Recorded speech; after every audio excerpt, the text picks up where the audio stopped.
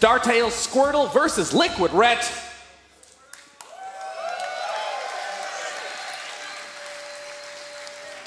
And let's introduce our players here in the northeast position as the blue Zerg. He held off that initial attack so well, but unfortunately wasn't able to bring it back to his victory. Give it up for Liquid Ret.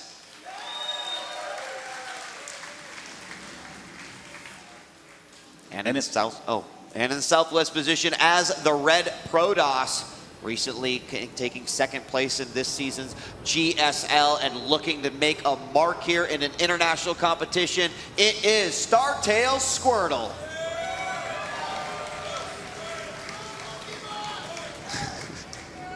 Come on, Pokemon. Nice. All right. So we got the pylon down already here for Squirtle. We're going to expect to see the drones up, expect to see the pool go down into the 3 hatch here for Liquid Ret, but there's no doubt I feel like he's going to want to get those up as quick as he can, get his Roach Tech started to fire away, and really start to put his game together. But as you mentioned, maybe it's going to be Squirtle who will be looking for an opportunity to just close out the series as best as they possibly can. I mean, it looks like in terms of the scouting, yeah, just no scouting at all. This is always weird. It's always, are you trying to go for that long-term play and you just don't think you need to scout? Or do you think that you're trying to just conserve some extra minerals for some sort of weird timing push? It's really kind of hard to tell, but honestly, I think that Squirtle has just seen enough games of Liquid Ret to know there's zero chance that he is doing any sort of early aggression. Look at this, the No Scout 15 Nexus. Yep, No Scout 15 Nexus does go down. And over on the other side, that of course means that Ret got the hatchery down with absolutely no effort at all. Did not put his pool down before the hatch. There his pool goes down right afterwards. And he's likely going to be looking for that third as well. The Overlord will come in and spot exactly what he expects to see. But how soon will we be seeing that third hatchery go down here as the probe is going to go out? May attempt a block at the third as well, but the Overlord's going to be in position now, get the vision that he needs to get, and the initial Zerglings will be out shortly as the pool hitting about 50%. Now the Forge will complete.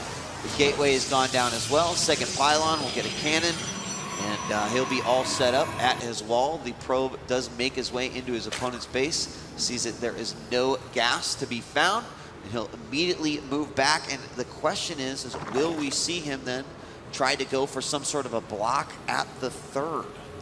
Yeah, you know, I do think that often these blocks at the third base can be, oh, of course, the star waypoint. You know, blocking the third base of the Zerg can feel good, but it always comes down to having that good follow-up timing. What's interesting that we saw about, the status of Squirtle in the last game is that he was able to do this really nice push with a pretty late cybernetics core. This one that's getting started before 420 is the classic early push tech.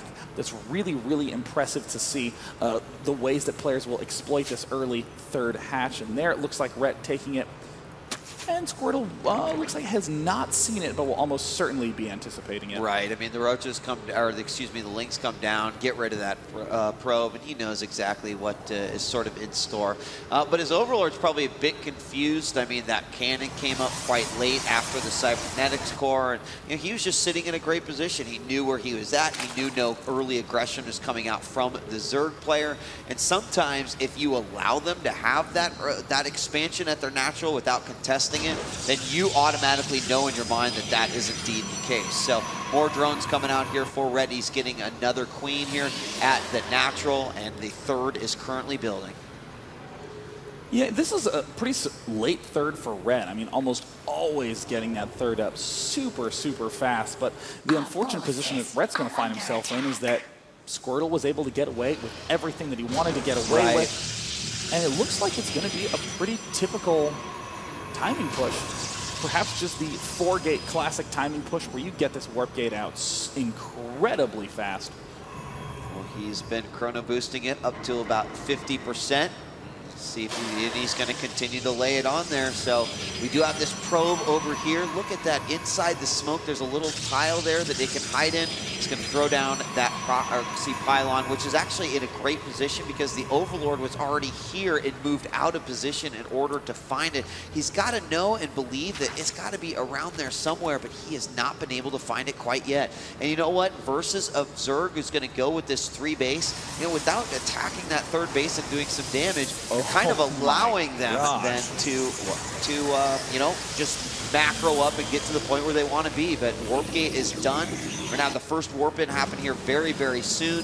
Speed just started. Roach Warren just finished, and only Zerglings, slow Zerglings, out on the field. Oh my god, this is the fastest 4 gate that you can do with an early expand, finishing the warp gate a little before 7 minutes.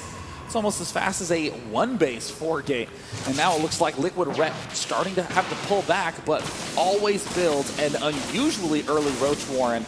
And that means Squirtle's going to run up against a big wall with this push. Oh, nice in the back. The Zerglings did come up, kill the proxy pylon. There's still another one in the back, but it looks like Ret is going to be able to thwart this away. More Zealots coming out here, and he may be surprised to see that coming. Can he defend at the 3rd with this, though? 2 Roaches, 5 more on the way, 14 Lings are coming. You know, this 3rd base went up. You definitely want to drone away on it, but this attack here from Squirtle is forcing him to build nothing but units in order to be able to defend. And guys, I just got special word of some new information that has just hit the desk. Originally, we were going to have to close out at midnight, but we will be able to stay open to cast 2 more matches for you. Bomber going up against Astoji, and then Bomber going up against EG's Huck. Ooh, nice. 2 great matches. I don't know who we thank for that, but thank you. And here we go. This group was trapped in the middle. Unfortunately for Sentries, there's nowhere to hide. They are taken out, and this could be a pretty devastating little attack coming out here from Ret. Yeah, Ret, per usual, just has these incredible counterplays, and after decimating that first push, oh, it's going to be very hard for Squirtle to figure out a way to deal with this. And again, losing the Cybernetics core, the huge loss, as he doesn't really have anything left to deal with those Roaches, but has continued to warp in as many sentries as he can before that Cyber core ends up falling. As more units at the front do go down, Squirtle has to have some miracle answer. Yeah, I mean, he's going to back off. Ret will back off here. Squirtle just going to try to put his base back together. He let that Cybernetics core get up as quickly as possible. Did have to warp in some extra sentries as a part of that defense. And Ret will swing around and wait just outside of that 3rd, while Squirtle trying to figure out what he's going to do to keep this wall alive. Not seeing any additional aggression come up here, but with this probe moving out, looks like he wants to put down his 3rd. I mean, this is a pretty common play, I would say, from Protoss players on this map. But first, you don't succeed Turtle on 3 bases, and as long as you have some sentries and immortals, you can deal with most mixtures reasonably. But I think Ret is a specialist at knocking down exactly these types of armies.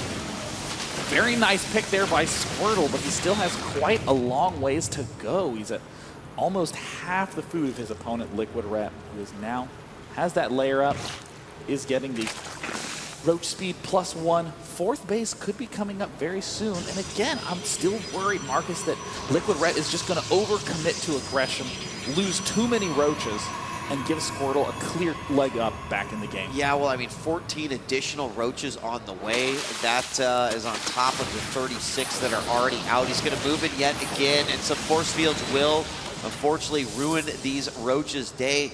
And he is kind of spread out all over. That could be the one saving grace here, as Ret could attack the 3rd, and he could attack the natural at the exact same time. Right now, breaking down those rocks. A great split coming out here by Squirtle. He's not going to allow this to happen, or he's going to make it very, very difficult for Ret to actually pull it off. But Roach speed is finished. It does look like he's going to go for a multi-pronged attack here. And now it looks like Ret going to try to sneak up. Try to hit it from the front. But it looks like with just 2 sentries, Squirtle does not have enough units to defend against this. And now the 3rd base completely isolated, completely vulnerable, and totally wide open. And looks like Squirtle getting overrun. Liquid Ret on his choice map. Daybreak knows how to macro to get the lead. And after thwarting that early pressure is just hitting Squirtle from all sides. Oh yeah, the Immortals go down. There we have more Lynx trailing in as well. There's a few Stalkers here in the back doing a lot of damage, but getting rid of those Immortals is going to absolutely be great. And there it is, And there's GG. the good game. Ret ties the series up 1-1, impressively managing to get that nice win there. I mean, Squirtle is a little bit more known for his PVT, obviously a very good PVZer, but Ret just decimating him in that match. Yeah. Very, very impressive. I think the best move of the game actually came from Ret very early on, where he sent some Lings around the back, eliminated the closer proxy pylon, eliminated the warp in that could have actually given him the units that he needed to just get rid of those Lings, only the few roaches that were there. And I mean, as a result, he canceled that entire line of warp ins. He had to warp in the back, and by that point, it was just too late. Yeah, I mean, one thing that's kind of always concerning about that very, very fast 4 warp gate, you have to dump 5 chrono boosts onto that cybernetics core to get that 7-minute warp in time with the 4 gate. If it doesn't work, you are almost always at 50 food with your Zerg opponent at 100. And that's hard to come back from a half food deficit. You're likely a little bit behind on your robo. There's generally a big array of problems that come with recovering from that attack. And it looked like Ret was able to exploit it very easily. But I do think that if Squirtle just plays kind of a more calm, slow game, he can actually take out Ret as long as he doesn't lose too much in the mid game. Well, we're going to be going on to Metropolis. We've seen some epic games on this map before. Earlier today, we saw Thorzane and Chef duking it out in a long 40-minute game. And now we're going to see Ret and Squirtle duking it out here on Metropolis, tied 1 game apiece. And this is a very important match to determine who ultimately may advance.